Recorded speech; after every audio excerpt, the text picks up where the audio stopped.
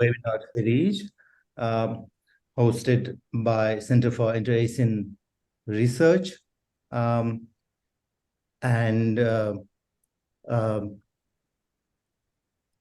jointly actually hosted by Center for Inter-Asian Research and Center for Indian Studies in Africa, University of Witwatersrand.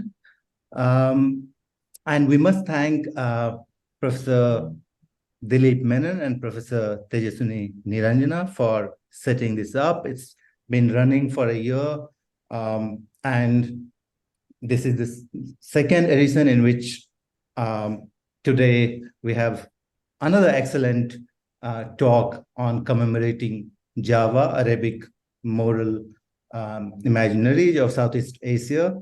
And now I call upon Safwan to introduce our speaker, today's speaker. And yeah. Hi, and welcome all once again, and welcome to our speaker as well. I'll just do a very quick introduction because a lot of you do know of him. This is Professor Ismail Fajrie Alatas, who is an associate professor of Middle Eastern and Islamic Studies and History at NYU, New York. He holds a PhD in anthropology and history from UMich, and his book, which has been quite a great way of thinking through the anthropology of Islam or even Islamic history, which has really asked challenging questions to lots of us who've been thinking about Islam, not just as a discursive tradition, but also various kinds of, in terms of religious ideologies, etc. So the book that I'm talking about is What is Religious Authority? Cultivating Islamic Communities in Indonesia, which came out in 2021 by Princeton University Press. Something that really stood out for me as a scholar of anthropology of Islam as well is the concept of articulatory labor, which actually allows us to look at Islam and read Islam as a sociological entity that moves away, that actually allows a non-holistic and a non-historicist view of Islam and Islamic history. So these kinds of intervention is exactly where Ismail has come up with his work. What we do have for today is actually Professor Fajrie Alatas's work, which actually tries to move into new regimes, into new horizons. And he's actually trying to bring in the concept of geographies. He's trying to challenge the notion of the center and the periphery. That sort of seems to be stuck when we talk about Islam, when we think in terms of Islam being completely Arab-centric. And then what does it mean to move away from that? So with that very small introduction, I invite Professor Ismail Fajrie Alatas to deliver his talk. We'll talk for roughly around 45 to 50 minutes so that we have enough time for a Q&A session after that. Yeah, please. Cool. Thank you so much. You can all hear me, right? Thank you, Safwan, for that kind introduction. First of all, allow me to thank the Center for Inter-Asian Research at Ahmedabad University and the Center for Indian Ocean Studies in Africa at the University of Witwatersrand for the invitation, particularly to Professors Tejaswini Niranjana, Dilip Menon, Safwan Amir, Murarija, and Satvik Singh. Now, I want to use this opportunity to present a snippet from what I am currently working on and thinking about, one that is undoubtedly crude and awaits further research. So I thank you for the opportunity to discuss this with you. Broadly speaking, I am exploring the relationship between religion and spatiality, particularly religion as a mode and labor of space making, as a particular way of talking about and making sense of space and geography beyond the rather constricting binaries of the sacred and the profane. It seems to me that the question of spatiality has been rather sidelined in many recent anthropological analysis of Islam. Talal Asad's notion of Islam as a discursive tradition, to give one prominent example, accentuates the underlying temporal configuration that makes Islam a living tradition without adequate attention to the question of spatiality or geography. Yet it seems to me that the question of geography and of spatial structuration is as critical as that of temporal organization in constituting Islam as a living tradition. Similarly, while Muslim ethical becoming has been posited as a dynamic process constituted by discursivity and embodiment, right, in the tradition of Foucault, the role of space or particular spatial location in mediating or failing to mediate discourse and the body, or in enabling or forbidding forms of life susceptible to that ethical becoming, deserves further exploration. While Assad and those influenced by him have provided a wealth of examples of the diverse ways that bodily practices are central to the cultivation of ethical subjectivities, there has been relatively little discussion of the interlinked materialities of the bodies and space, the built environment, or geographical location.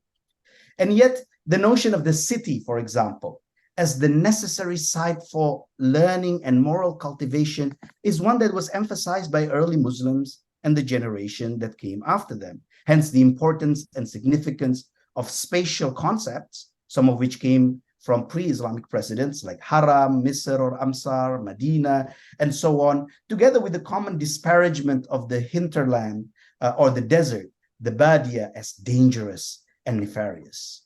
In fact, the works of the historians of early Islam, as well as those who focus on the Islamization of different parts of the world, can taught us a lot about how crucial the question of space, the built environment, and geography to the dynamics of Islamic becoming, to the extent that perhaps we can think of Islam as not only spatially or geographically embedded, but also as spatially and geographically creative.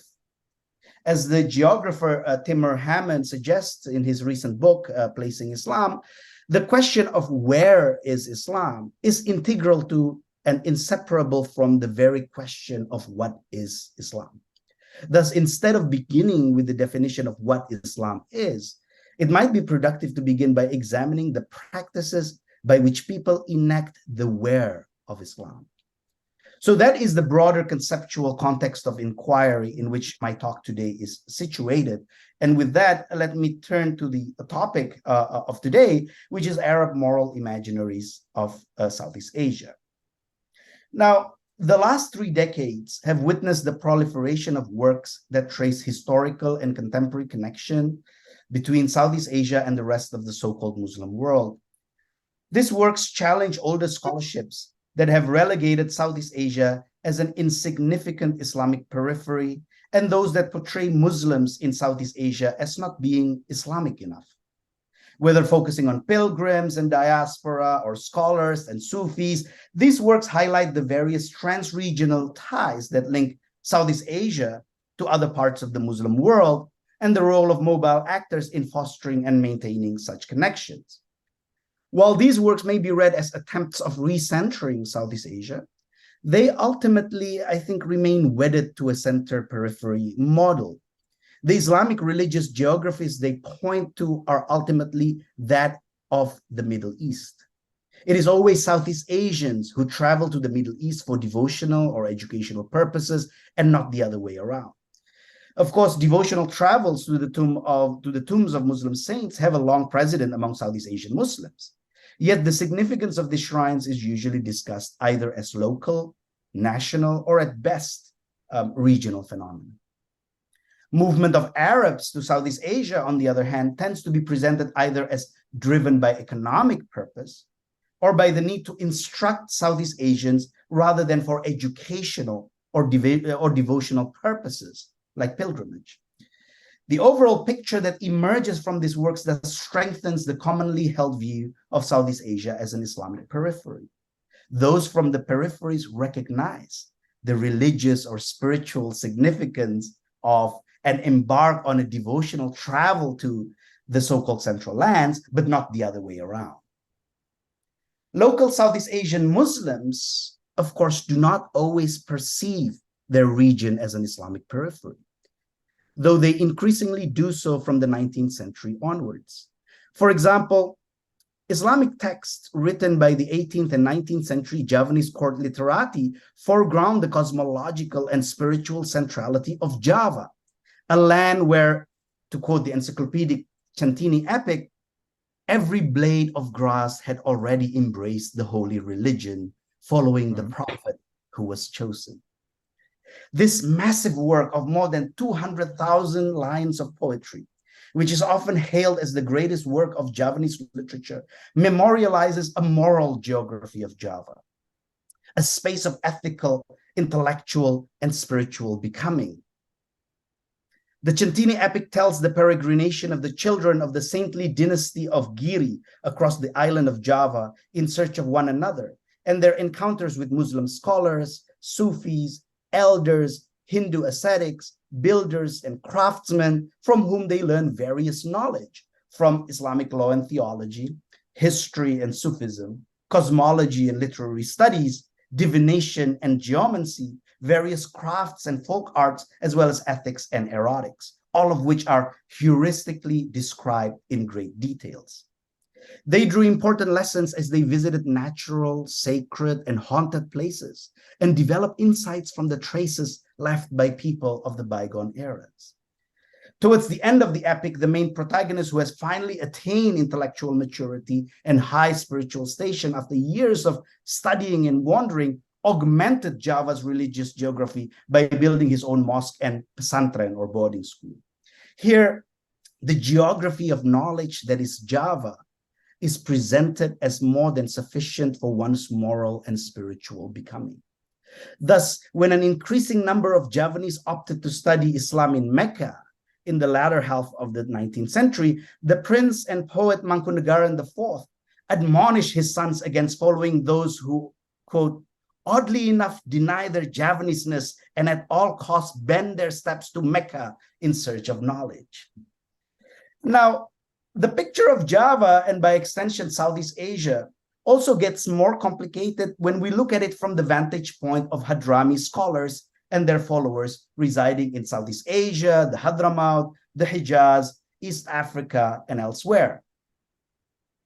Up to around the mid 19th century, many Hadrami scholars perceived Southeast Asia as worse than simply an Islamic periphery. Southeast Asia is a perilous region with strong corrupting influence on one's moral rectitude. By the 20th century, however, we get to see Southeast Asia as a major destination for Islamic devotional and educational purposes. This is a Southeast Asia where leading scholars and actual saints lived, taught, cultivated enduring communities, died, venerated, and commemorated.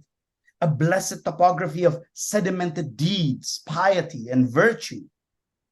A revered landscape traversed by pilgrims, higher level students, and seeker of knowledge from the Hadramaut, the Hijaz, and the Swahili coast. As the historian Anna Bang, who works on Islam along the Swahili coast, writes, for the people she looks at, Southeast Asia is, quote, a well-known territory and by no means peripheral. So looking at Southeast Asia from the vantage point of Hadrami scholars and their followers allows us to uncover an Islamic geographical formation that cannot be easily fitted into the established center-periphery model. And I use this term formation precisely because this geographic imaginary does not exist apart from its ongoing production.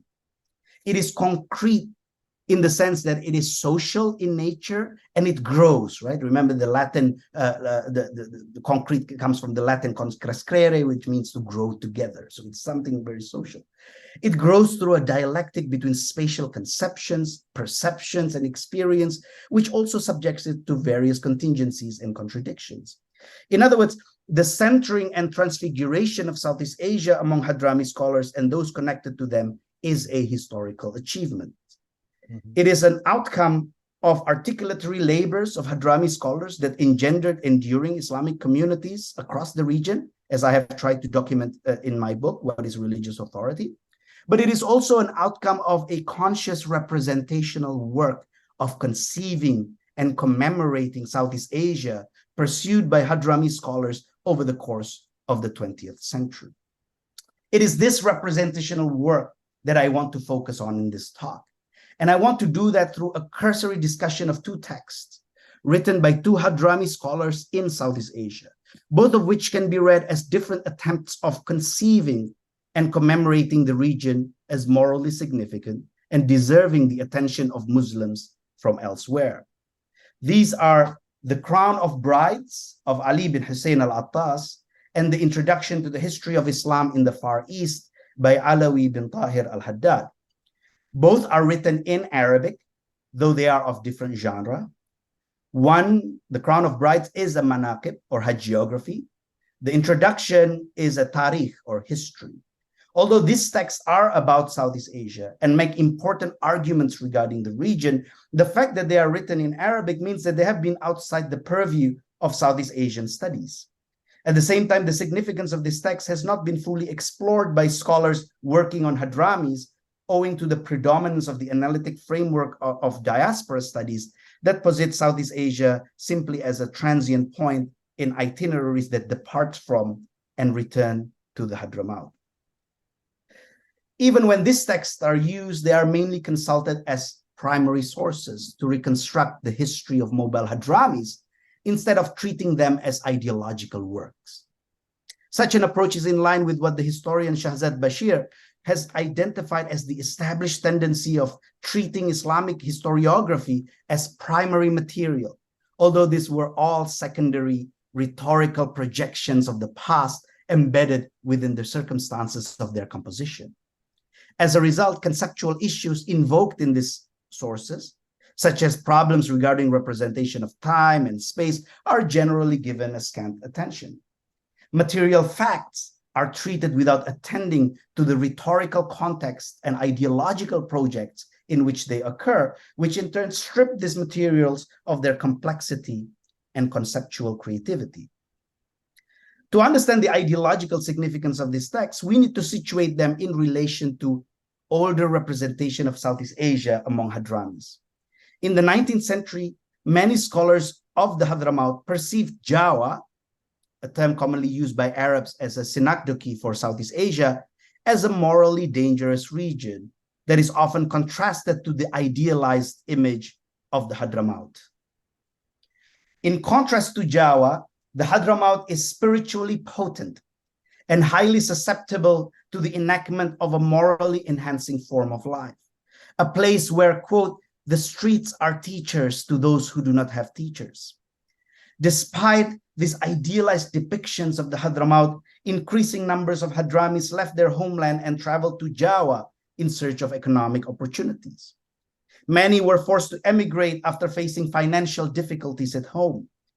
There were families in need of support, debts demanding repayment, houses falling apart, and lands requiring capital injection to cultivate.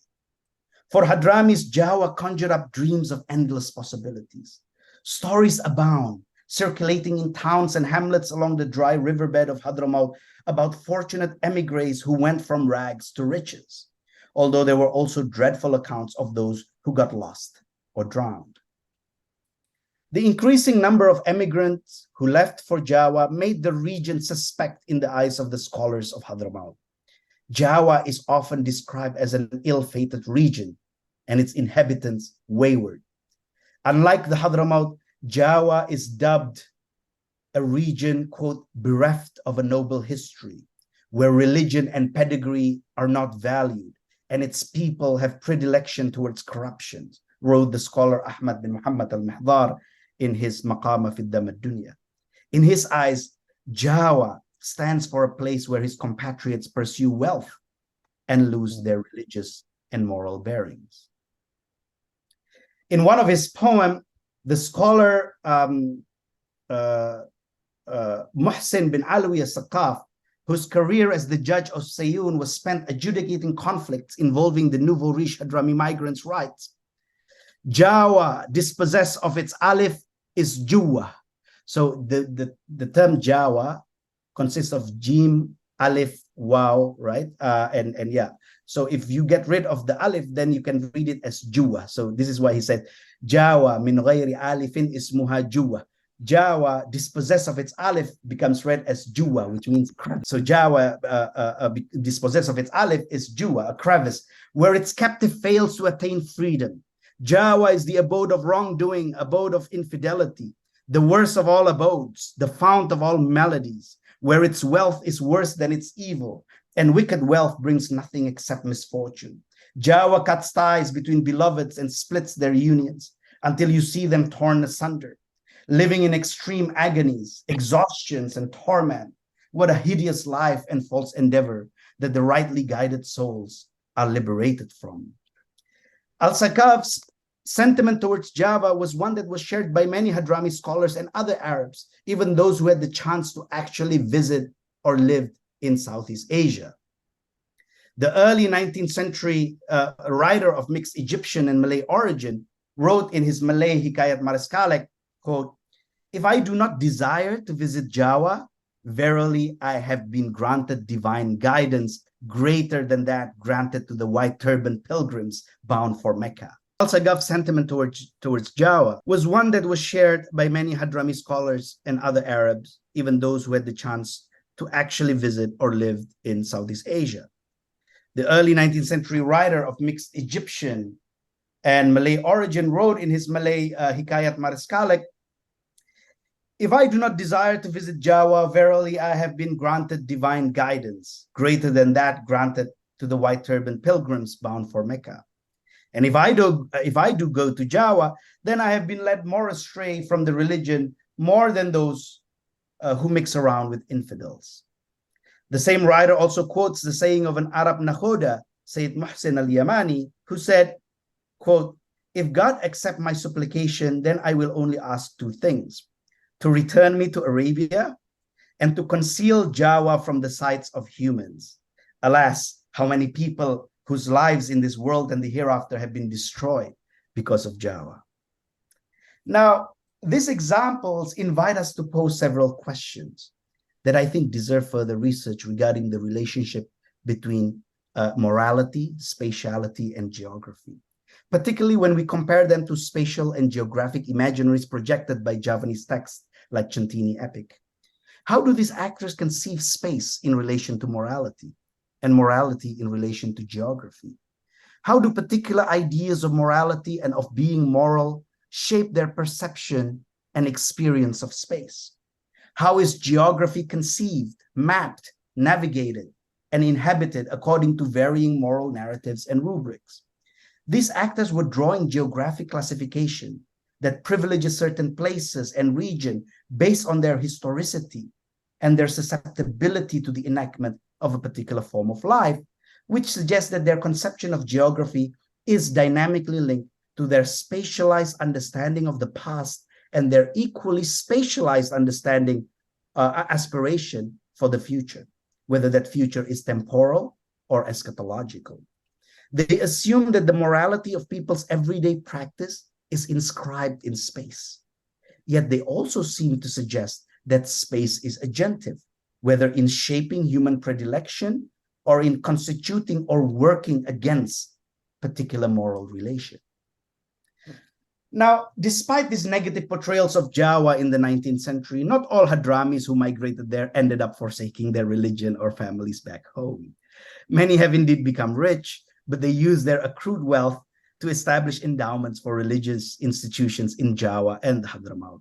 There were also those who went to Jāwa not only to seek their livelihood, but also to transmit Islamic teachings and cultivate religious communities.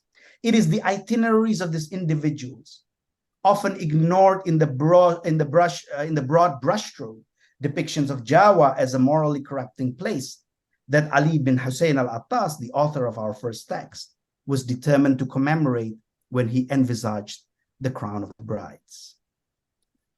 A Hadrami emigre who arrived in Batavia, or present-day Jakarta, in 1920 to learn from Hadrami Sufi scholars in Jāwa after studying in the Hadramaut and the Hijaz, Ali devoted his life collecting various oral and written materials, and the outcome of this lifelong commitment was a posthumously published 2-volume tome in Arabic entitled The Crown of Brides, or Taj al-Aras, that charts the trans-regional movements and activism of, as well as miracles associated with Hadrami scholars.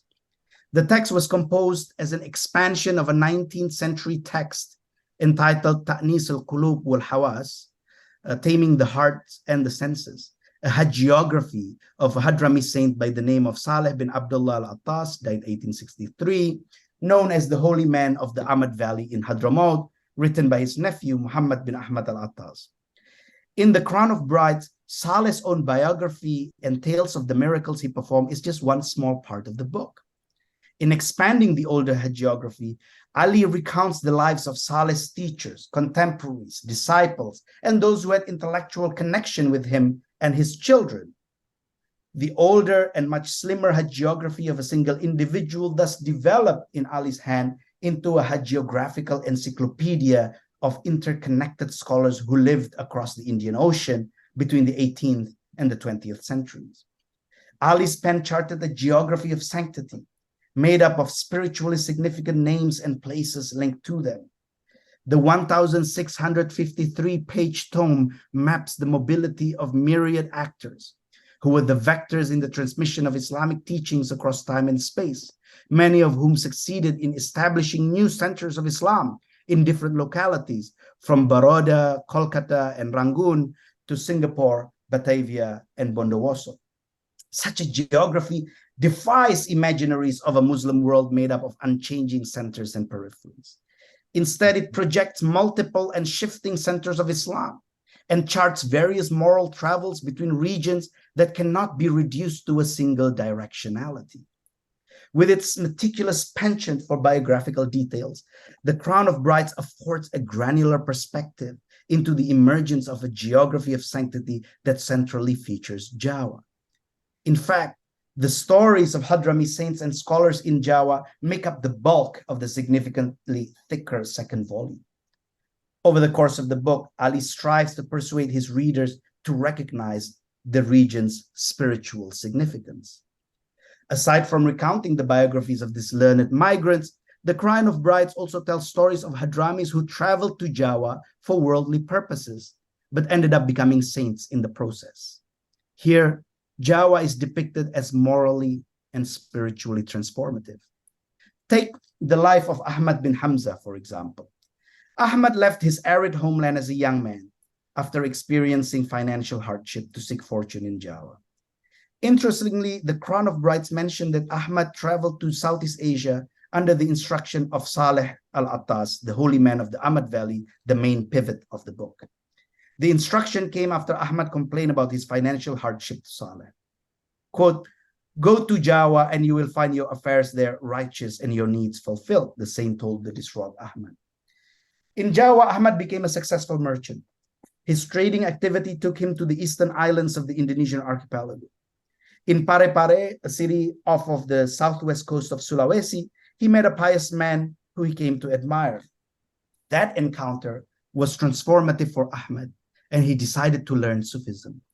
He then went to Sumeneb on the island of Madura to seek a living ascetic and traveled periodically to Surabaya to learn from a Hadrami scholar, Sheikh bin Ahmad Bafaqi. He then moved to Batavia, present-day Jakarta.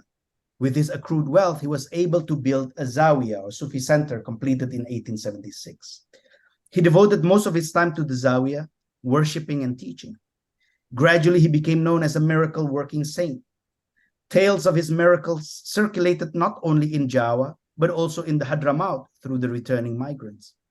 1 year before his death, in 1886, Ahmad decided to return to the homeland. The migrant who left his homeland to seek fortune returned as a recognized miracle-working saint.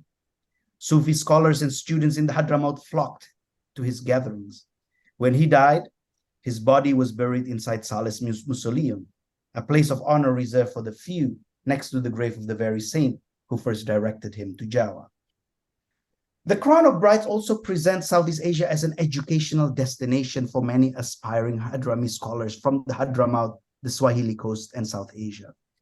Ali recounted the lives of these traveling students, some of whom stayed while others returned to the Hadramaut after studying for several years with scholars in Jāwa. Among these international students who continued their education in Southeast Asia were those who came from the Hijaz. For example, The Crown of Brides tells the biography of the Meccan Hassan bin Muhammad Fad'ak and the Medinan Muhammad al-Azad. both of whom came from reputable Hijazi scholarly families and studied with the actual saint or Qutb Abdullah bin Muhsin Alatas in Bogor, West Java in the 1920s before returning to the Hijaz. Fad'ak rose to become the religious advisor to Faisal, the son of Sharif Hussein of Mecca. When Faisal became the king of Iraq in 1921, Fad'ak went with him to Baghdad and stayed there for 7 years before returning to Mecca, where he became one of the leading scholars of the holy city. So a leading scholar from Mecca actually pursued higher education in Jāwa. These are the kind of stories that Ali bin Hussein wrote in The Crown of Brides. And here, the Sufi notion of the Qutb, right, the actual saint, the spiritual axis of the cosmos who presides over a global hierarchy of saints, which technically can be assumed by whoever God wishes, allows for an imagination of a religious geography with a constantly changing centers. For Sufis, there will always be a Qutb, and that Qutb can be located anywhere, whether in Timbuktu or in Singapore, right? I can do the slides. I can share the slide. Yeah. I think it's Maybe okay. not keep them on. Maybe you could show the slide and then take it off. All right. So this is Ali bin Hussein Alatas, the author of the Taj al-Aras, died in 1979. This is the Sufi center that Ahmad bin Hamza wrote. So for Sufis, there will always be a Qutb, right? And this is tomb of Saleh and Ahmed, and this is Hassan Fad'ak, who studied in West Java, actually. So for Sufis, there will always be a Qutb, and that Qutb can be located anywhere, whether in Timbuktu or in Singapore. In The Crown of Brides, Ali uses this notion of the Qutb to center certain cities in Southeast Asia, like Singapore, Bogor, and Gersik, where someone believed to be the holder of that position resided and is buried. So more than just a hagiographical encyclopedia, The Crown of Brides is a geographic text. It conjures a pilgrimage map that a pious Arabophone traveler can rely on to seek places in Southeast Asia where God's friends once walked, worshipped, and taught, where their remains are interred, their blessed traces stand, and where their legacies continue to endure. In The Crown of Brides, flows and movements of people do not simply point to interconnection. More than that, movement also involved the remapping of the possibility of geography that challenges previous portrayals of Jāwa and may destabilize an existing moral geographical hierarchy and center-periphery paradigms. Now, among the international students described in The Crown of Brides is the author of the second text that I want to discuss today, namely Alawi bin Tahir al-Haddad. Born in Gaydun in the Hadramaut in 1884, al-Haddad studied with scholars in the Hadramaut and the Hijaz before continuing his studies with Hadrami scholars in Jāwa. He then taught at the Jam'iyat al-Khair school in Batavia and became its principal. He then moved to Malaya in 1934 to become the Grand Mufti of the Sultanate of Johor, a position he served between 1934 to 1941 and between 1947 to 1961, 1 year before his death in 1962. Al-Haddad authored numerous works on Islamic law, theology, history, and astronomy, both in Arabic and Malay, among which is Al-Madkhal ila Tarikh al-Islam fi Sharq al-Aqsa, Introduction to the History of Islam in the Far East, completed in 1955. Unlike The Crown of Brides, the introduction follows the convention of modern historiography to tell the story of the Islamization of Southeast Asia. Utilizing a range of sources from Arabic and Western historiography, Arab and Persian travelogues and geographic texts, Chinese records, local genealogies, tomb inscriptions, and local legends and folktales, Al-Haddad presents a political, economic, and civilizational history of Southeast Asia, one that is closely connected to Arabia since before the time of the Prophet. This is the Jāwa of traders and nakhodas, missionaries and sultans, the Jāwa of camphor, spices, and aromatic woods. Al-Haddad begins the introduction with an encomium to the people of Southeast Asia, which he describes as the heirs of the great Indic civilization. They are depicted as among the most pious, learned, virtuous, pure-hearted, generous, and enthusiastic people even before the advent of Islam in the region, qualities that were further perfected after they became Muslim. Al-Haddad further explains how the lights of the glorious history of Islam in Southeast Asia, quote, which gleams on the forehead of time, has been concealed, muddled, erased, and rendered incomprehensible by the British, the Dutch, and the Spaniards to sever people from their illustrious past and to provincialize the region from the rest of the Muslim world. Lies were added to truths to generate doubt and skepticism. At the same time, he criticizes the way Muslim historians and writers in the Middle East have written about the history of Islam in ways that gives the impression as if Islam is a landed religion, perhaps similar to the so-called, Balkan and Bengal complex, ignoring its equally important development as a maritime religion. Thus, the first few chapters of the introduction deals with Islam's maritime history, chronicling the inception of what he calls as-siyada al-Islami al-Bahriyah, or Islamic maritime mastery or sovereignty, first in the Mediterranean and subsequently in the Indian Ocean and the South China Sea. He notes how this Muslim mastery or sovereignty over the Indian Ocean and the South China Sea was economic in nature and is built on peaceful coexistence and tolerance. He then discusses the development of the Muslim trading networks in the Arabian Sea, the east coast of Africa, the South Asian littoral, insular Southeast Asia, all the way to China, describing in great detail each commodity traded by the Arabs, where they are found, and the ports they are traded in. He describes these Muslim trading networks as moral networks and compare them with the immoral trade monopoly that the Europeans subsequently created. In reconstructing this history, Al-Haddad relies on various sources, from the 1st century Greco-Roman periplus of the Erythraean Sea to the 10th century Arab historian and geographer Al-Mas'udi and the 19th century French polymath Gustave Le Bon. At the same time, he identifies the mysterious Wak-Wak Islands, which is a recurrent toponym in medieval Arabic and Persian descriptive geography and books of wonders, as well as in the Arabian Night Tales as a place where women grew off trees, as the eastern island of Southeast Asia, by comparing such wondrous descriptions to local folk tales from Malaya and the Mindanao to highlight how these Arab and Persian authors and travelers were quite familiar with Southeast Asia.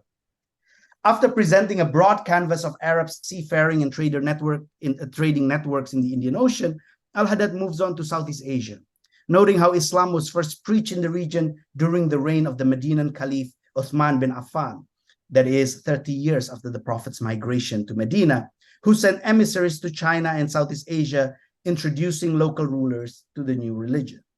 He based this argument through a reading of the 14th century cosmographic text Nukhbat al-Dahr by Ad-Dimashqi, the Akhbar as-Sin wal-Hind by the 10th century Persian seafarer Abu Zayd al-Sirafi, the Tang imperial records, and several other texts. Subsequently, members of the Prophet's family, fleeing from the Umayyad persecution, began to settle in Southeast Asia. Thus, if 19th century scholars in the Hadramaut denigrated Southeast Asia as a region bereft of noble history, what Al-Haddad is doing in the introduction is precisely to make an important argument about the significance of Southeast Asia owing to its historic connection to an Islamic foundational past, namely the era of the rightly guided Caliph.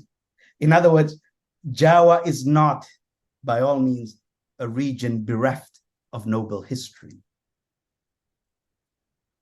In the introduction, Al-Haddad talks at length about the emergence of Islamic polities on the islands of Mindanao and the Sulu archipelago in the present-day Philippines.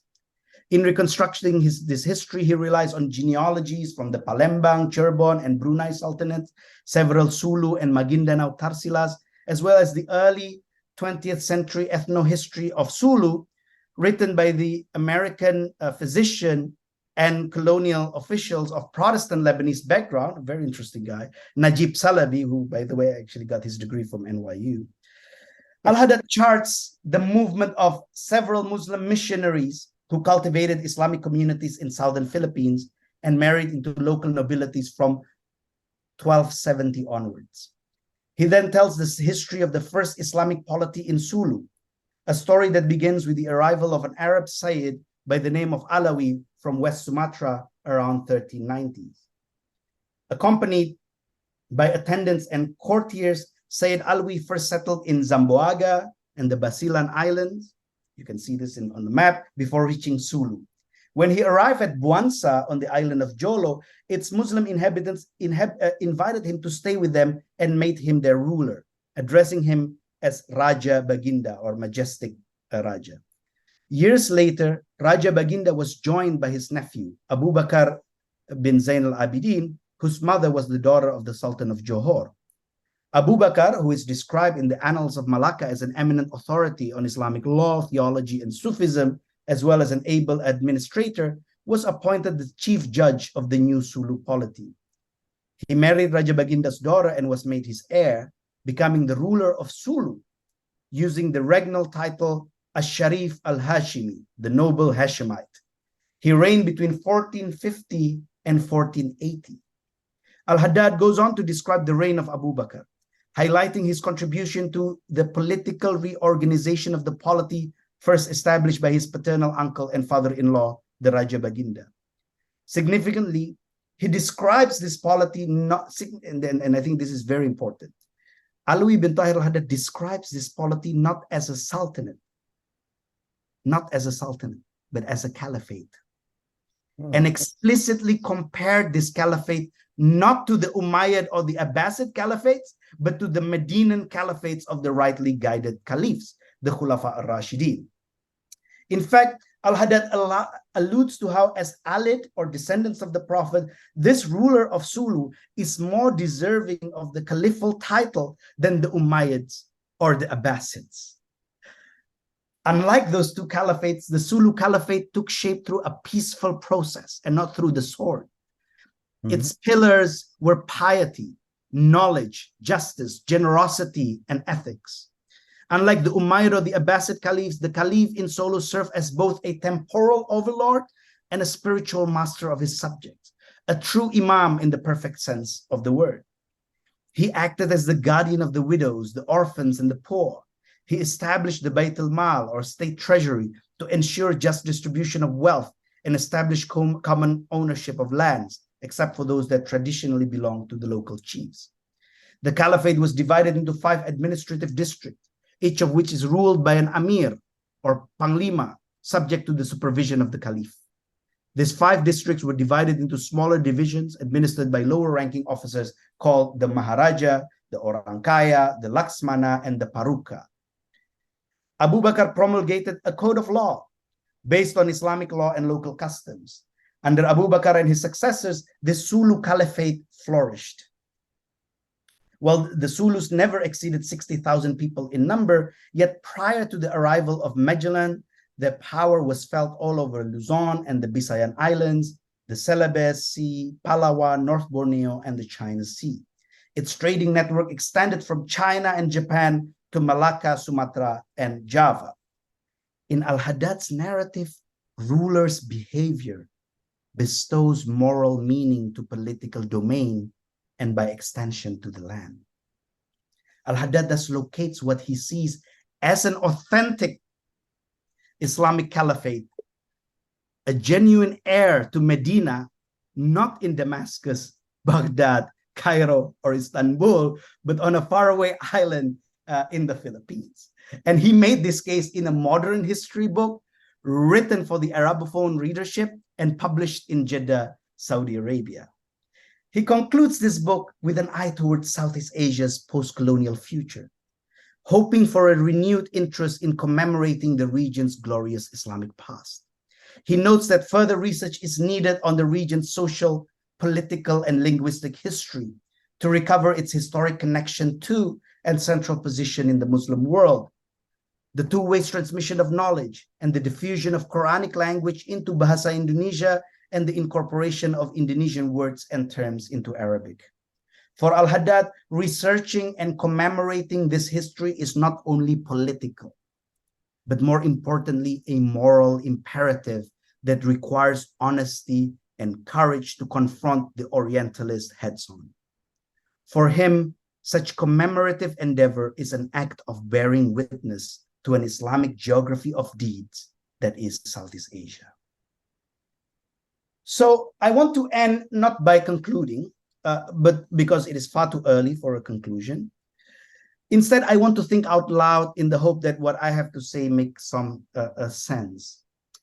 The Crown of Brides and the Introduction are two among many understudied Arabic texts authored by Hadramis in the 20th century that foreground different ways of conceiving Southeast Asia and its moral significance.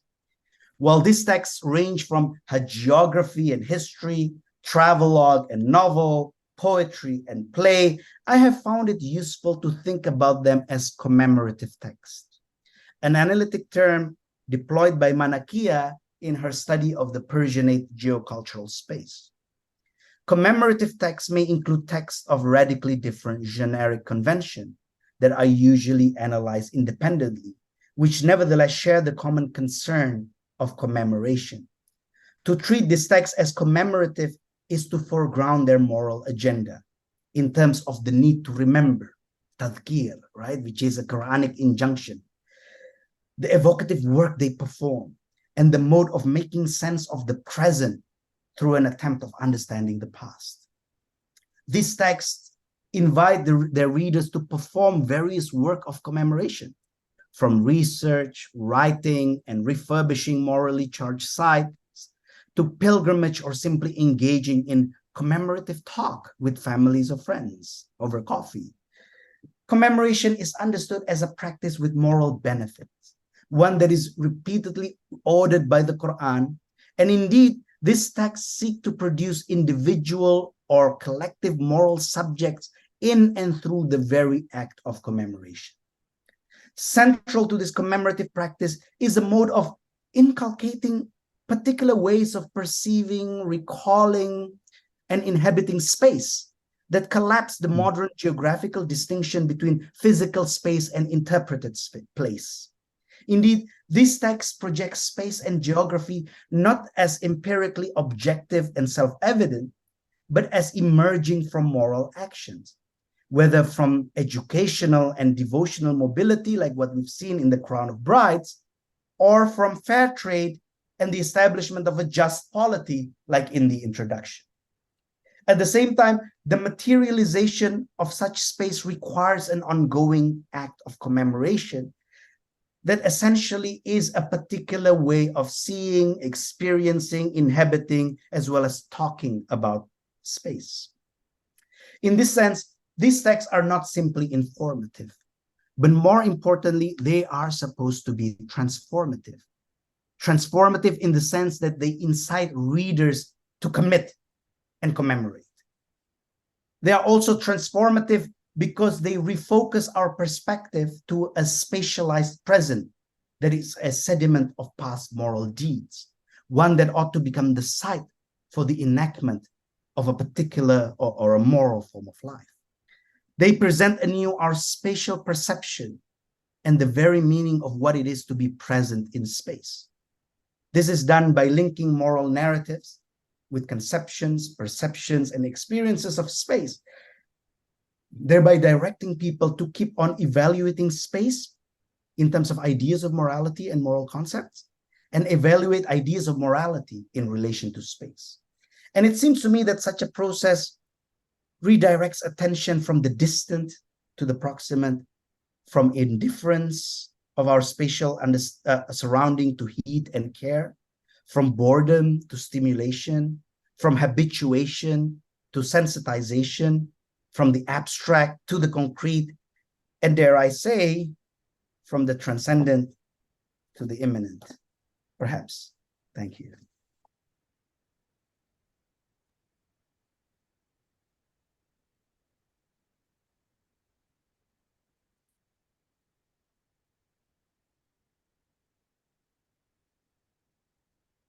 Thank you, thank you. This is just fascinating. Thanks a lot. This has a lot of material that I'm sure a lot of us are also thinking about. Just in terms of this shift from what is Islam to perhaps where is Islam. Mhm. And that itself makes a huge shift in the entire paradigm that we've all been thinking about. And it's so true because space is almost always there. And I mean, you have to obviously embody some space to have some kind of moral argument or any kind of discourse, anything. But this takes it beyond, let's say, the Bengal to Balkan complex for sure. I mean, just something that I would like to start off with is that the very conception of Islam, say, from its celestial being, and once it moves on to the worldly or earthly realm, it starts off with Adam Malai in Ceylon, which is where the first footstep, I mean, LHD or however you want to call it, the first footstep of the first man, the first prophet, Adam or Adam, is also located within Ceylon. So it is Indian Ocean, it is the South Asian, Southeast Asian connection that really accentuates Islam, even from its initial setup. So I'll start off with that. But I mean, this is just great work in terms of thinking of the madkhal and also the other work on the manaqib. I was just wondering, because this is also how a lot of people connect with space, and there are two works that are fundamental to it. One is definitely Eng Seng Ho, who's thinking of sites and how people really respond to just movement in between sites. But the other is also Rian Su, who's talking about Uyghur saintly sites. And I realized that you're definitely making a very distinct jump. You're definitely taking a completely different call. But could you perhaps elaborate it along with your concept of articulatory labor? I mean, that might also give us some sense of where you're heading to. If you could just quickly give us an idea of what articulatory labor is, and then we can start off. Yeah. Great. Thank you, Safwan. Where articulatory labor is, of course, the way I defined it in my book is it's a labor of articulation, meaning what is being articulated is a conception of a past that is foundational to Muslim, which is the prophetic past, and the actual present and the community, right? So in connecting the past and the future, people are all these actors who become authoritative.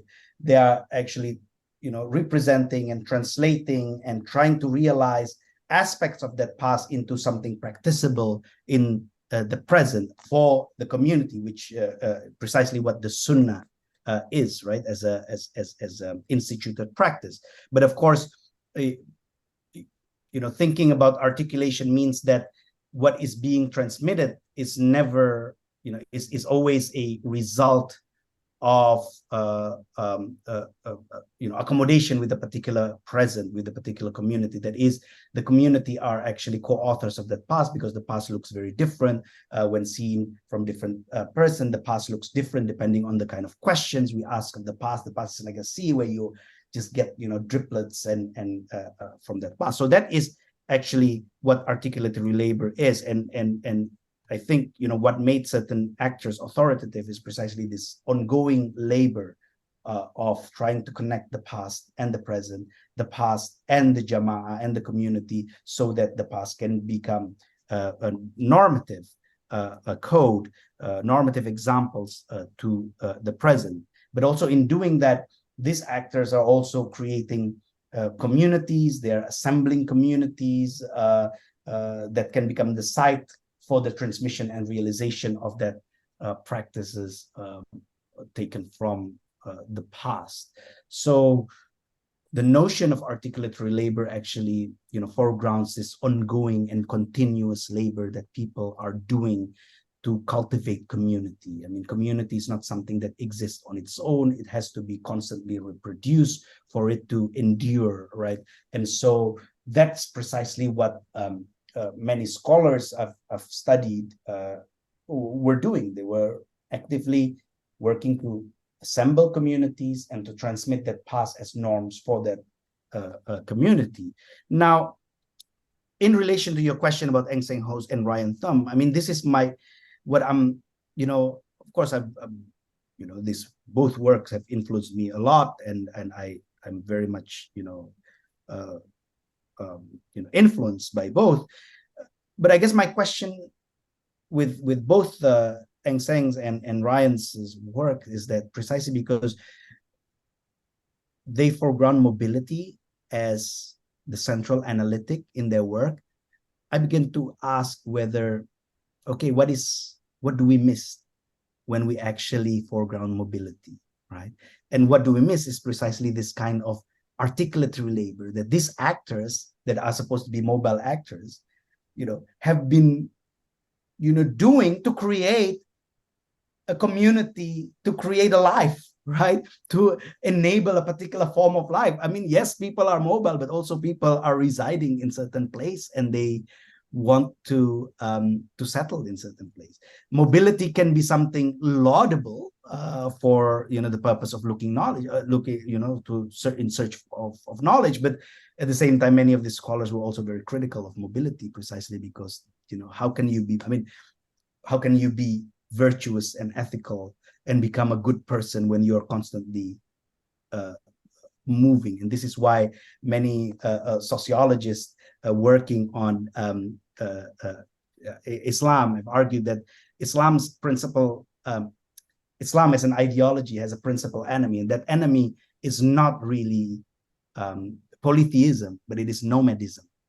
Precisely because Islam is a seated ideology that tried to preach a settled form of life, right? And the creation of a settled form of life. So with that, I really question maybe this framework of mobility or even diaspora studies that reduce places as just points in which people embark and move on. I mean, what do we miss? And I think that my sense of the literature is that spatial turn, for example, in anthropology, that spatial turn was about to happen sometimes in the late 80s and early 90s, but then suddenly globalization and the mobility turn took over, and so that spatial turn never really happened. And I think maybe now it's a good time to actually revisit those literature. At least that's what I'm trying to do. Okay. I can see Dilip has raised his hand, so please. Thank you, Ismail. I mean, your work over the last few years has been so fascinating, and I've learned so much from it. I really like the argument that you make about spatiality, the question of where is Islam, rather than what is Islam, right? And Safwan also pointed to that. And the kind of possible narratives about Islam, one which is told terrestrially, one which is told through the maritime, one which is told through the sword, the other that is told through piety, right? So there are these various ways of structuring this narrative that you speak about. And it's interesting for me that when you think about the pejorative ways in which the Hadrami scholars initially look at Southeast Asia, right, where virtue goes to die, as it were, because of the prevalence of wealth and various other things. But interestingly enough, if you think about South Africa, right, South Africa's relation to Southeast Asia and Islam is very different. Its connection not to West Asia, it's to Indonesia. Southeast Asia, right. This is Sarah Jappi's work. So South Africa has always been connected to Southeast Asia in a very different way.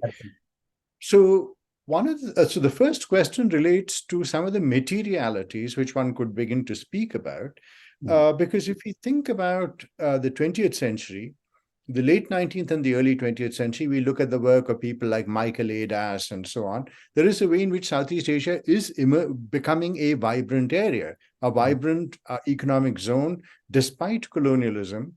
And so by the time of the 50s and the 60s, after the devastation of the earlier colonialism and Japanese colonialism is over, Singapore is founded in 1965 and so on and so forth, you find, so for Kerala, right?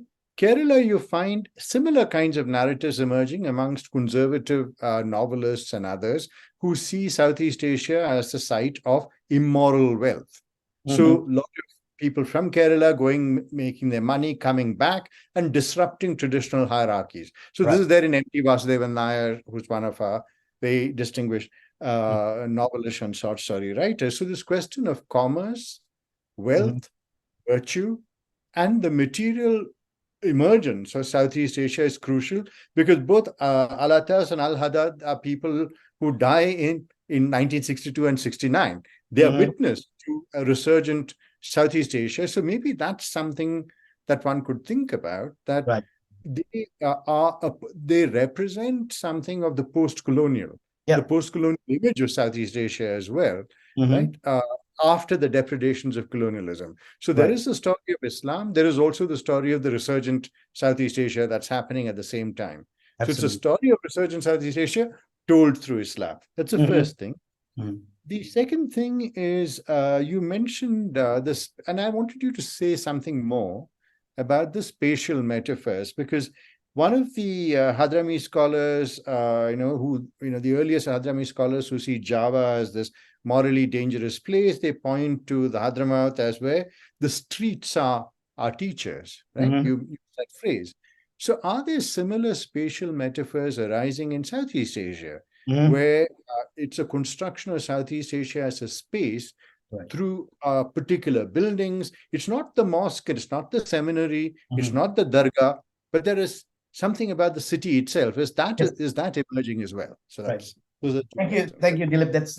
That's a really great point, and I thank you so much for these comments, because this is very helpful. Yeah, I think in regards to your first question, well, I guess what you are saying, again stresses the importance that we need to take, to think of many of these works that we usually treat as historians as primary materials, also as important form of conceptualizing geography and space and geopolitics or geomoral space, whatever, imaginary, etc. So, which is precisely what I'm very much interested in this project, is to read this work that have been used just to mine raw materials, right, as actually forms of analysis, as forms of conceptualization, as forms of theorization, as forms of imagination that we need to take seriously as a world-making project. And so, yes, in that sense, Southeast Asia looks different from the Hadramaut,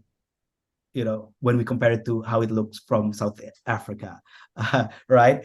Or from the Bay of Bengal, from the other side of the Bay of Bengal, etc. And, rather than seeing all of this in hierarchical manner, or really, recognizing, an unchanging center or periphery, we really need to think about how geographies and geographical imaginations come into being, and how geography has always been not only political project, but also a moral project, right? Which brings me to the point that you raised. Yeah, I think post-colonial is a very, very important moment that actually they were living, and indeed even in the manaqib, in the hagiography that Alatas wrote, it's not like the older hagiography, because he has a whole section talking about the independence of Indonesia and the history of Indonesia and what's going on, with what's going on in the Middle East after the First World War, right? So he was reading the newspaper, and he was really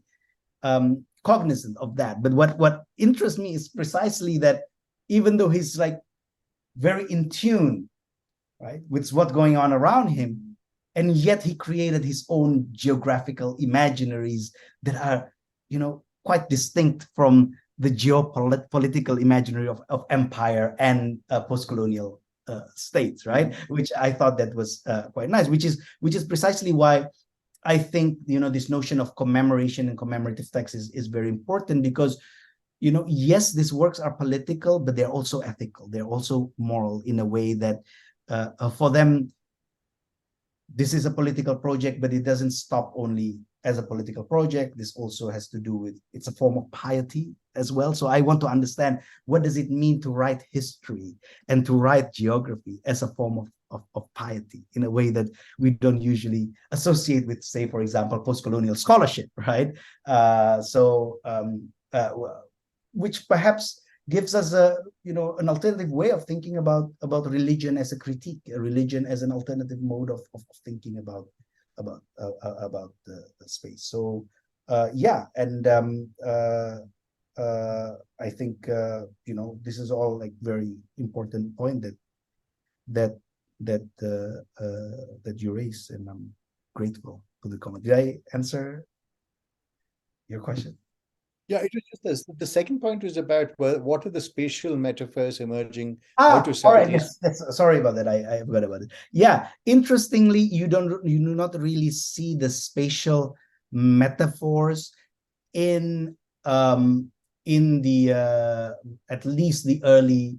I mean, you really see that in Javanese literature, right? In the Javanese literature, like Saracentini, for example, talks about the city also as a teacher to those to people, and the ruins of the Hindu temples, etc. All of these are, teachers to you, right?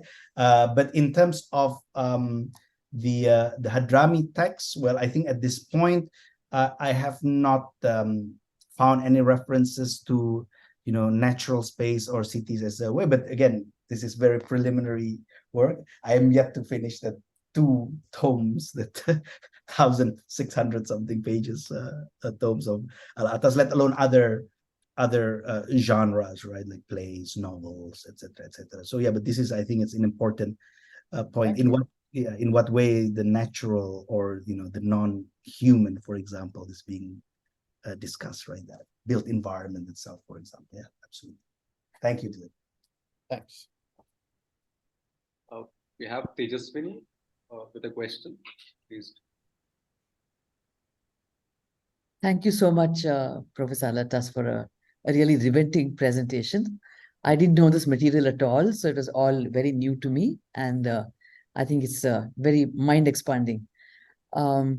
So I wanted to mention here that the Center for Integration Research is just starting a new webinar series. Dilip, this might be news to you as well. And Yes. it is called South Asia in the South China Sea. So this is with a group of Hong Kong institutions and our center. And we're trying to, in some ways, map the same geographies that you touched upon today. So I think it's really amazing how the Indian Ocean is spilling over into the South China Sea and beyond. I mentioned this because this led me to think of a very, very speculative idea. I'm not familiar with the text. I'm not familiar with the institutions, the regions, so please forgive me. It's not really what I study. I'm sure Safwan will help me out here. But I was thinking that given this fluid geography that you're mapping, it seemed to me that there was a glaring gap in the story, which is South Asia. That in many ways you have Arabia, you have the coast of Africa, you have China and Japan on the other side, you have people passing through Singapore, Malaya, etc., and the Philippines. Every little island of the Philippines. But where is South Asia? This is not to say please include South Asia, but just to say that the idea of the Islamic moral imaginary, clearly, I mean, we have a very, very large number of Muslims in India, right? It's one of the centers of Islam in the world. So how does that feature in this cartography, even by the writers that you mentioned? Thank you. Yeah, I really appreciate that question. Yeah, both Alwi bin Tahir, like the historian, right, the second text, he talks a lot about South Asia, particularly the literal part of South Asia, as part of this of the networks, and he listed some of the ports, from Calicut to all the way to Cochin, etc., where Arabs have been trading and really part of this, a network. So yes, of course, South Asia is there. Now, with the other one, the hagiography, yes, there's a lot of, there's a lot of Hadrami migrants in South Asia, whether it is in Kambai, in Gujarat, or in Hyderabad, or in Kerala, all the way even to Sri Lanka as well. So all of this are part of the story that he's making. So yes, when we say that he talks about shifting centers of Islam, and he uses this notion of the axial saint, for example, to foreground the shifting center, then that center could be in Hadramaut in one day, and then the next day, the center of Islam can shift to Jāwa, and the next day will be in Baroda, or in Hyderabad, or in Colombo, right? Simply because the holder of that axial position is in different places. But South Asia is very much featured in many of this literature, precisely because what they are doing is they are charting a network, right? Whether that network is a scholarly and saintly network, like in the geography, or a trading network, as Al-Haddad is doing in his history book. So yes, it is very much a part of the story, although it is not my focus for my talk, but it is very much central. But although one would say that this is the literal South Asia, right? Which is very different. For example, if you read Manakia's work, because she's talking about the Persianate selves and the Persianate moral geography, then it is the South Asia of Delhi and Lucknow, right? And it's linked to Isfahan and to Herat and to Samarkand, etc., etc. That's a totally different world. Like those places, I don't think, I mean, I might be wrong, but they are not really featured in this work. So in that sense, it is a very Indian Ocean centric vision, right? The geography in that sense, because yeah, I think they do not think in terms of Southeast Asia or South Asia or West Asia or East Asia. They're really thinking about this, literal sphere that has been connected for a long time, and that they are really part of it, right?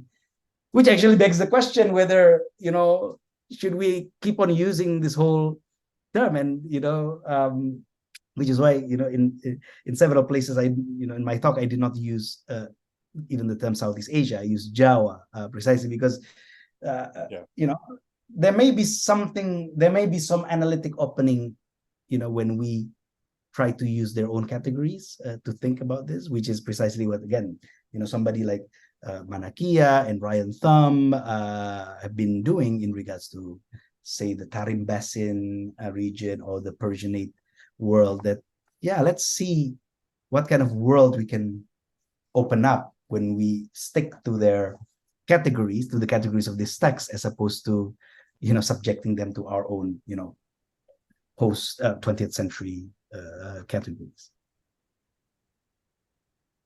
I hope that I answer your question. Thank you so much for that. Ismail, I was curious because you mentioned that the Madkhal was at the end of the day published in the center, quote unquote center. Mm-hmm. So, and this is also a time when, you have the revivalist movement, you have the Nahda going on to some extent, or whatever offshoots of it. So what kind of reception might the Madkhal have received in the center, right? I mean, that could also be part of the larger project that you're thinking about. Right. But is there some clue to, what kind of reception that it might have? Because it's also a time when the Arabs are literally saying that, look, everything that's happened to us, anything that's happened since the glorious days, and if we've deviated from it, it's all because of these Iranians, these Southeast Asians, these South Asians. And if so, someone like Haddad writes back to them. I mean, this is like, he does this entirely inversive kind of process. I mean, so what would have been that kind of reception? I mean, if you have some clues, I mean, that right. No, that's a great question, and this is something that I do not think I can address at this point. But you give me a great idea in terms of, how was it? How was this book received outside of, say, for example, Hadrami scholars, right? I mean, if we look at the works of Hadramis, whether they are in South Asia or the Middle East or Africa, yes, they all quoted his work, right? Because I guess they share his vision. But yeah, imagine, as you said, to normal Arab historians, if many of his critiques were, and this goes back to Dilip's point that yes, on the one hand, we can read this as post-colonial work, right, revolting against Orientalists, but also he was revolting against the Arab writers of Islamic history, like Amir Saqib Arsalan's, right, and all these guys who were writing huge history of Islam works that have omitted Southeast Asia. And in regards to its reception in Southeast Asia, I think almost none. I mean, it was written in Arabic, so it was never part of the canon of Southeast Asian studies. Never been studied. Nobody even, most Southeast Asianists, because they do not read Arabic, they would not be able to access this text. And so, yeah, that in itself is very interesting. I mean, to see. So yeah, in other words, there's a bunch of front, right? There's a bunch of front. One is to Orientalists. Another is writing against older Hadrami scholars who depicted Jāwa as a historically region bereft of noble history. But also another sort is actually pointing to our Arab historians. But in regards to Southeast, contemporary historians of Southeast Asia who are working on Indian Ocean, and people like, I'm thinking of people like Michael Lafan, etc. Of course, they are dismissive of this kind of work. Is very much dismissive of this work, giving too much assumptions, etc., which but then again, they have their particular standard of what is what is considered history and historicity, etc. I personally like to read this more as an anthropologist and trying to understand what they are trying to do, as opposed to assessing their historical veracity or anything, right? It's to see this works as a project. I mean, yeah, we just can't move out of that historical bit, but hopefully, yeah, someday. Right. I think Dilip raised his hand first, so we'll go with that. And I think Afif Ahmed has a question in the chat. So please, Dilip, go ahead, and then we can take up Afif's question now. Yeah, actually, just struck by a remark that you made, and it's this kind of the persistence of certain categories. So, for example, South Asia is a figment of the imagination of American academe. Southeast Asia is a figment of American strategic command during the Second World War. We continue to use this, and it's not very clear why. And your work actually shows us that when we think about these multiple fluid geographies, conjunctural geographies, transient geographies, you're thinking about geographies in motion, so to speak, so that at one point, Indonesia is connected to Cape Town. At another point, Calicut is connected to Java, or the Yemen is connected to Java. So how do we then maintain the integrity of this movement, right? And not reduce it to the kind of things that gives us our bread and butter, which is area studies. So we lapse back into that. And that's, that's not a question, I think, easily answered, but I think that remains the kind of the specter that haunts any of the new work that is struggling against these constraints. The second point, which is connected to this, is that you spoke about this constant mobility, and you had a sense of slight discomfiture with the use of mobility, the idea of mobility. And then you spoke about how the idea of globalization then comes and swamps it. And so everybody's constantly on the move, like virus or bacteria or whatever it is. So how do we think about specific words and specific phenomena, right? So in Southeast Asia, for example, you have the whole idea in Indonesia of merantau, right? Which Sarah Jappi writes about, that your life is constituted through movement and through coming back. It's a movement within a particular geography, right? It's not a movement to the US and so on. It's a movement within a particular region. How do we connect this to the kinds of histories that you're talking about, which are in some sense creating Jāwa as the center of a space within which this constant movement is happening, where people are becoming aware. And it is kind of cosmopolitanism that is quite unlike Kantian cosmopolitanism, right? Kant never leaves his Königsberg. He lives in one town and dies there.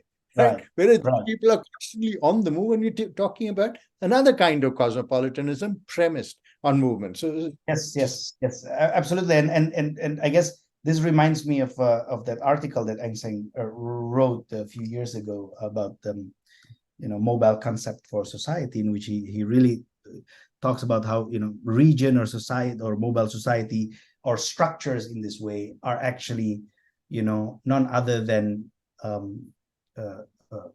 repetitive movement, right? So in other words, regions like Jāwa for the Hadramis comes to fore precisely because there's a repetition of movement to specific places that creates that specific zone of mobility as a region, right? Just like Merantau for the Minang folks consists of, it brings about a particular region to being because that's where people do that. If you actually go elsewhere, like for example the Hadramis, if they go northwest, then I don't think these texts are even going to recognize them, let alone to write about them, because it's just you're basically going out of the stage, right? It's out of the scene in a way. So yeah, maybe one way to think about mobility in this. So I guess I see this as there's two parts in this. On the one hand, yes, mobility is still a very important, particularly because mobility is the very dynamic that creates this kind of geographical entity, right? This geographical formation because of this repetition circuits of mobility in a way. But at the same time, mobility is not the only story here, because yes, people are moving, but also people are settling, and they're settling. Then it requires a particular way of thinking about space and built environment and geography as well. And sometimes there's a tension between the sedentary life and the mobility, and that is, I think, an important question to think about when we are thinking about this form. When is mobility acceptable? When is mobility is not acceptable? For example. Yeah, thank you. Perhaps connected to this question of moving away from mobilities, maybe language is something that Afif Ahmed is also trying to push towards. And while Arabic might be seen as a very central language, somewhere the vernacularized version, somewhere, and this is also something that Niall Green has been speaking about. He tries to think of Arabic as a South Asian language. And I was wondering if you wanted to respond to this question by Afif, which he asks us, when you closely look at, say, something like Arabic Tamil, which has been formulated while Tamil as a language was already established and grammatized. How do you think of this lingua franca, or rather a way to understand these peripheries itself, as one of the centers of Islamic knowledge production? Since language, as you mentioned, once again over here, language is not, yes, that is the mobile aspect, but since a community is also being formed, yes, perhaps we are moving away from that mobile bit. Yeah, I'm just trying to understand the question. I guess you see, look, Malay itself is already it's like Swahili, right? It's a cultural complex that is very much, it raises mobility and hybridity between Arabic and different languages. But which is why it's interesting that the two works that I've talked about are written in Arabic, precisely because they were written for Arabic audience, right? They're not written for Indonesians. They're not written for people in Indonesia.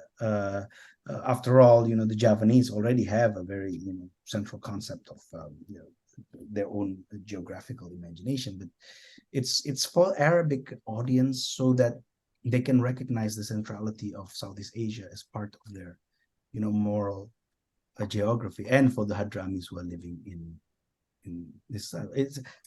So that's what I but then again, many of these commemorative texts are also written in Indonesian.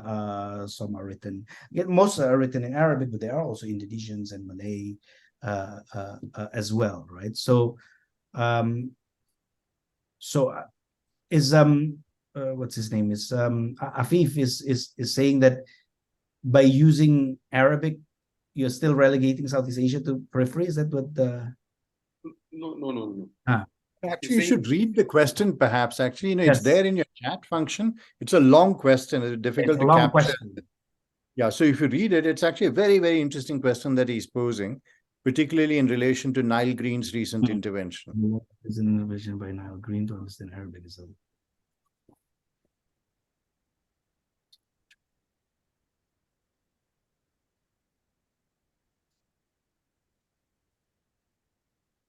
Yes, this is very interesting. I think you're right that on the one hand it is what you call it. It is, on the one hand, can be read as an attempt to engage lingua franca and engage the broader Muslim world, right? But at the same time, it is also an attempt to foreground Southeast Asia as centers for the production of Arabic-based text, and this is something that has not been that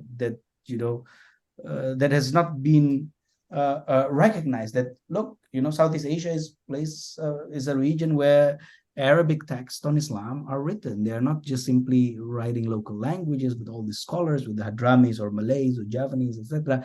They are actually writing in Arabics, and they have Arabic libraries. Of course, they pale in comparison to those in the Middle East, but they are there nevertheless. There's a lot of manuscripts written with, I've tried to do some, small surveys of all these Arabic libraries in Java, and they are fascinating. And many of these works were produced in Java, but also were written and copied in places like Mecca and Cairo, and recited in all these different places, right? So in other words, yes, I think you're absolutely right, Afif, that the use of Arabic itself is a way of foregrounding Southeast Asia as a center for knowledge production in that sense. Yeah, and that so language is very much part of it. And I guess, yeah, the interesting part is really the interaction or the interplay between language and the discursivity on the one hand, and the built environment at the same time, right? The libraries, the books, the materialities of the books, and how they are lined up, etc., etc. These are all very important ways in which the where of Islam is being enacted, right? It is enacted linguistically, discursively, materially, as well in the built environment. So yeah, that's a wonderful point. Thank you. It's 8 p.m. So we'll wrap it up. But I think, Murari, you had one last question. I mean, we'll take that one last question, and then you can end it as well. Well, I don't really have a question, but thank you so much. Ismail, I enjoyed it very much. It's a wonderful talk. But taking cue from the last one, and I don't think it's because, again, my knowledge, although I find this scholarship fascinating, but my knowledge is very limited. I was just wondering whether people in Jāwa, they also thought that they are in the center, or kind of represented themselves in some way to be in the center of Islamic network, or, as you said, Khilafat was shown to have moved to Jāwa. At least it was represented as such. But then how was a reception of this representation among the Javanese, in the sense that they also thought or agreed or perhaps disagreed with this representation, literal representation, of course. Yes. But thank you so much for bringing geography into working to bring the geographical turn. I think that's a needed. Sure. Thank you, Murari. And to answer your question, I guess what is going on in the 19th century is something that we can term as a process of peripheralization of Java in the minds of the Javanese themselves. That is, if we look at the works of Javanese literates in the 18th century, 17th century, 18th century, not only Javanese but also the Buginese in Sulawesi and the Minang in West Sumatra, etc.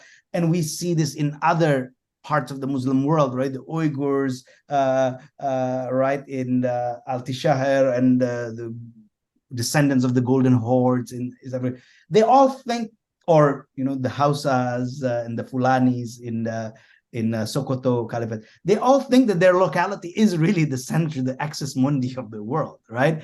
But what happened with the 19th century, with the increase of mobility, steamships, and available telegraph and availability of communication technology, suddenly they all went to Mecca for Hajj, and suddenly they saw, oh my God, they do things differently there, and they suddenly look at them, experience some disorientation. I guess, oh, maybe we have not been practicing Islam so much. And in fact, this kind of process is still happening until today, right?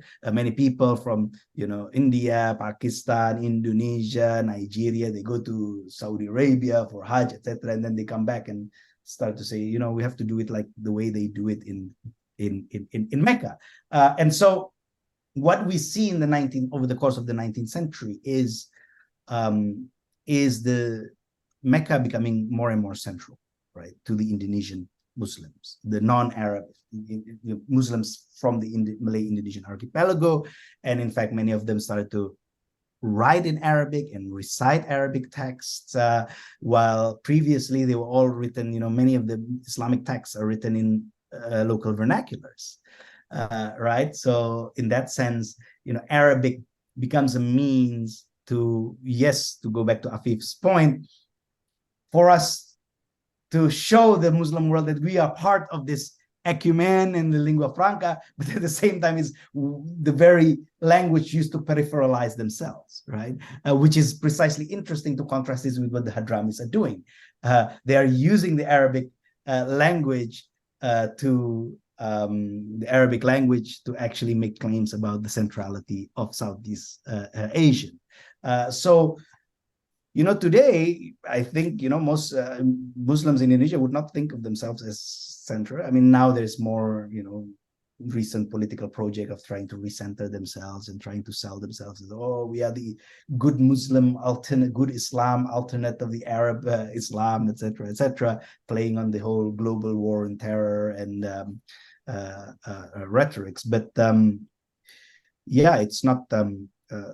I think, which is why it is interesting to think of this text along not only with prior Arabic representation of Southeast Asia, but also prior Southeast Asian representation of their own selves and their own place. But in terms of the impact of these works among Indonesians, I think, it's not that much. But I've met many, for example, people, from Scotland, strangely enough, who studied in the Hadramaut and became introduced to the crown of brides while he was in Hadramaut, and so he found himself in Indonesia because he's going for pilgrimage to Indonesia. So sometimes these kind of circuits have happened, in different, through different ways and different means, right? Scottish Muslims. Yeah, a Scottish man who converted into Islam with all his friends, and they all studied Islam in Yemen and studied Arabic. And from Yemen, they know, oh my God, there's this place called Indonesia, and there's a lot of saints there, and we have to go there. And he basically used the Crown of Brides as his pilgrimage map, right, to go to all these places who he did not. Yeah, there's your next book, Muslims in Kilts.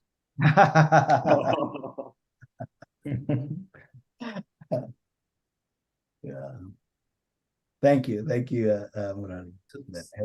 Thanks. Yeah. So, Safan, if we don't have, I just see chat, there's no more questions there.